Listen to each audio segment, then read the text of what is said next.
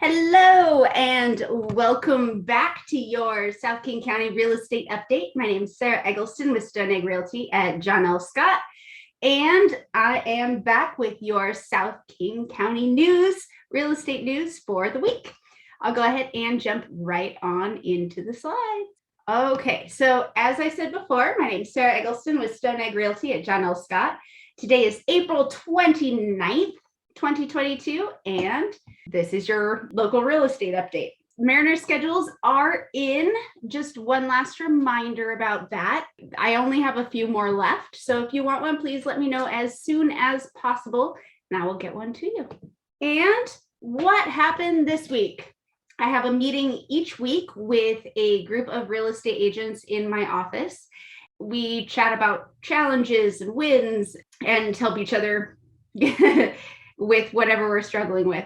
And this week we were chatting about really the tone of these meetings has kind of changed over the last couple of weeks. We were talking about, how to manage a ton of multiple offers, how to present that to the seller, how to best position your buyer to move forward in this market. But now the tone has changed to how do we talk to sellers about price reductions? And the open houses that people have been hosting are super slow. Not a lot of people through them, which is a huge change from, just 4 weeks ago. Huge change. So that is just interesting to see these beginning signs of the shift in the market. So we're definitely going to get into that more in the slides. So I'll go ahead and jump back into it.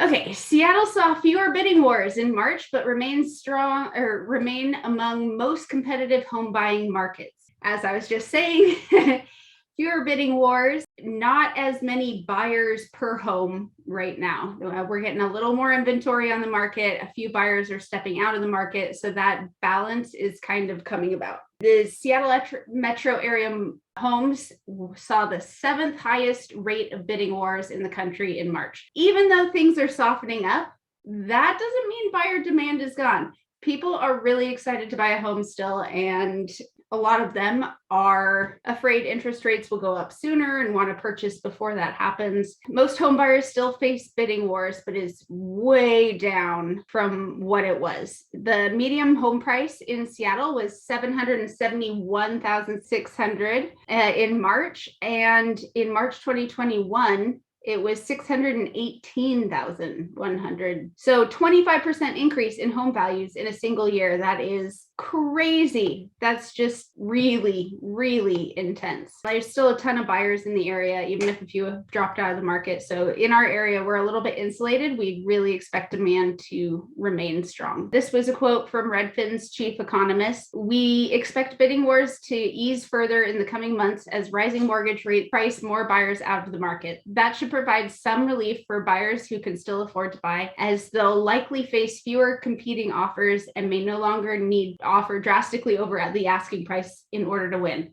Unfortunately, the slowdown in competition won't help those who have already been priced out of home ownership and are now grappling with soaring rental costs. So this shows the Seattle area in comparison to other places around our nation, other cities. The dark blue is March 2022, light blue is February 2022, and the light blue is March 2021. So you can see that we're down in hotness from earlier this year, but still up in hotness from where we were last year. And this is the chart for the 30-year fixed mortgage rate, which we'll dig into deep in a little bit, but I just wanted to show you that March 2022 compared to March 2021, interest rates have just shot up. U.S. home builders urge Biden to help cut costs for market in extreme duress. There has been way too few homes built over the last about 10, 15 years. So we are way behind the number of homes that we would need to satisfy our current market. We were overbuilt, but now we've just overcompensated and now we are underbuilt. With all of the rising costs that are associated with building a home, lumber being one of the main ones. Probably the one with the most news coverage. Lumber has shot up so much. Typical single family home is now costing $18,600 more than it did last August. So these are really rough prices to deal with for those going through construction or remodels or whatever. A lot of times you'll have the contractor come out and give a bid, and then if costs go up so a ton in the meantime, it's gonna be really hard for him to stick to that initial bid budget. But the industry believes these challenges will grow worse if meaningful steps are not taken to allow builders to increase the supply of affordable single family and multifamily for sale and for rent housing. If the housing sector falters, the economy will surely follow. This is definitely a concern. Everyone needs housing, and rents have been skyrocketing with the housing prices, and it's just creating problems. And here's the chart for lumber prices going back for 5 years. Right now, we're right in the middle of, we've come down from the peak of what it was. But since the pandemic, it shot up, came down, shot up, came down, shot up. And this volatile pricing is causing some delays in the industry, and hopefully we can get something built soon. And there's also Canadian lumber tariffs. It's harder to get Canadian wood right now, so that is increasing the price of wood in general, lumber. This final decision whether they get rid of these trade tariffs won't come until August. Canadian producers will be paying average rates of 18% until then. National builders talked about reducing the burdensome regulations that cause nearly 25% of the price of a building on a single family home. So these are hoops that they have to jump through, taxes. There's a whole bunch of regulatory things that can be altered to hopefully reduce the cost of building homes so that we can build more. And I've showed this showing chart the past couple weeks. We're following the normal trends that we expect to see. And then we had this huge drop. This was right around Easter's, and interest rates are going up. So this is probably a twofold thing. And then the showings for North America shot back up again. And now they're headed on a downward trend, which is not exactly what we'd expect to see this time of year, other than the fact that interest rates are rising really fast and it's affecting buyer affordability. And that brings us to our market stat minute. 1,066 new listings in King County in the last 7 days, 942 pending, and 900 sold. So we are ticking up on all metrics from last week. If we break it down to our local area breakdown, Kent and Federal Way have more pendings than new listings, but Renton and Auburn actually have more new listings than pendings. So Renton, Auburn, if you're a buyer shopping in those areas, you may have a little more to choose from than you would if you are looking in Kent or Federal Way. And last week, our weekly average mortgage rate was at 5.11%. And this week we have come down ever so slightly to 5.1. So very, very minimal change week to week on the average here. But if we bring it to today's rate, that is 5.41. So things have shot up a little bit in the past week, and we'll get into that now. The Fed's playbook is already out for next week, and rates have already reacted. So this came out about an hour ago. This came out right before the show. So I was a little late getting going, but this article was important for me to get in there because it covers so much in a concise way. First few months of 2022 have seen rates rise at the fastest pace since the 1980s. Basically, there's all this volatility due to the war in Ukraine. Issue 1, the Fed's new inflation framework. Looking back historically, the Fed decided that they wanted to approach inflation a little differently than they had done in the last downturn. They decided it would be a better idea to let inflation run a little bit longer, a little bit hotter, and that the nation as a whole would work out a little bit better if they approached it that way. However, they waited too long. There was the war in Ukraine really threw everything for a loop. Gas prices went crazy.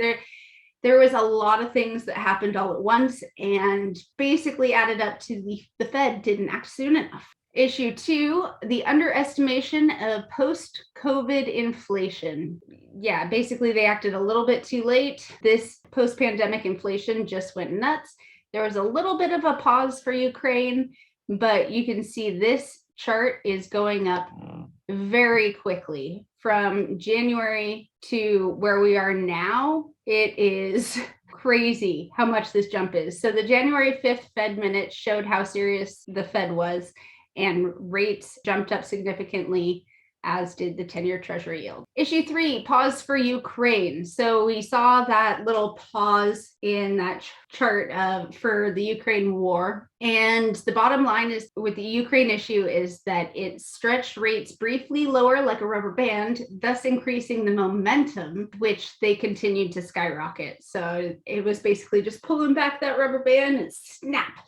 And it went way higher, incredibly fast. So you can see that mortgage rates, this is what the expected funds rate was after the May meeting, and this is mortgage rates. Issue 4, the mortgage market's specific problem. Mortgage rates aren't directly set by the Fed. Mortgage rates are based on the trading price of mortgage-backed securities, and the Fed has been buying mortgage-backed securities huge amounts and just started winding down at the end of 2021. The way these work is they run off. In this way, the Fed was not technically adding new bonds to its portfolio. It was just replacing those that had run off. So they kind of reached their termination point, and then they were just buying new ones to replace those old ones. But now they have stopped purchasing them and are just letting them run off. Balance sheet normalization is the process of decreasing overall mortgage-backed security holdings. And normalization is a bigger issue for mortgage-backed securities than for US Treasuries, the other type of bond that's on the Fed's chopping block. Mortgage-backed securities are more susceptible to volatility, but the Fed hinted that they may sell mortgage-backed securities outright. So this is something that has never been done before. This chart captures that underperformance in mortgages. Mortgage rates is in the orange, 10-year Treasury is in the blue, and the green is the spread between mortgage bonds and Treasury. If we bring it all together, the net effect is that the 30-year fixed rates have risen an additional 0.6% above the spike suggested by the often used 10-year Treasury yield benchmark.